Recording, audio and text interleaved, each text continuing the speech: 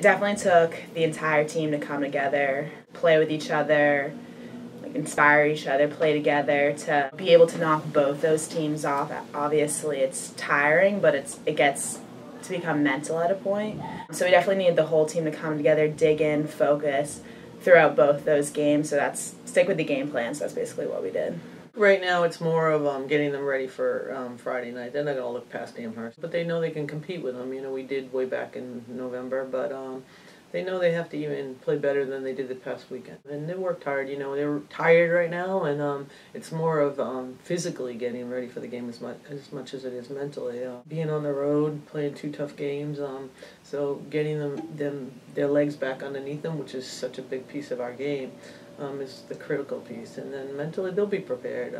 They have a lot of confidence. At this point, we've seen it all, from the top-ranked NESCAC teams to different styled teams like UMass Dartmouth. So basically both, and the NUMAC is very strong, which is great for us, but also we've obviously played really strong out-of-league teams. So just being able to prepare that way on and off the road has really helped us get experience with different types of teams. You can't have any let-ups against a team like Amherst, so they'll take advantage of you, and they have so many weapons. You're not keying in on one person, so everybody's got to do their job. They're a very talented team. I mean, even the bench comes in and contributes.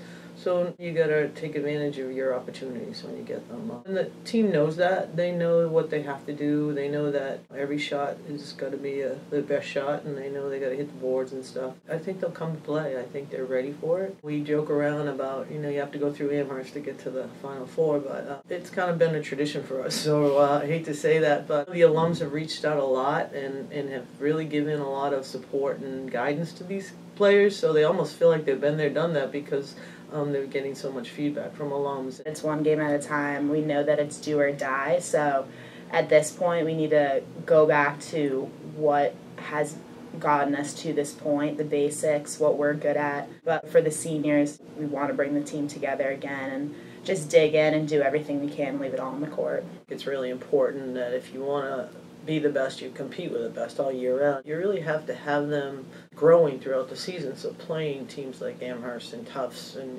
UMass Dartmouth, those are 3 teams that are still in the Sweet 16 that we played against, and I think that gave them an opportunity to see at what level they needed to be at. This is a first-time experience to get to the Sweet 16, so no one's been here before. I think we know what's at stake. We know we're playing the #1 team in the country, so I wouldn't say we're necessarily taking anything for granted. We're just staying positive, doing our thing in the locker room, going out to practice every day, knowing that we need to work just as hard as we did in the beginning of the season to keep going. So at the end of the day, we're going to go into it and I think try to give it our all.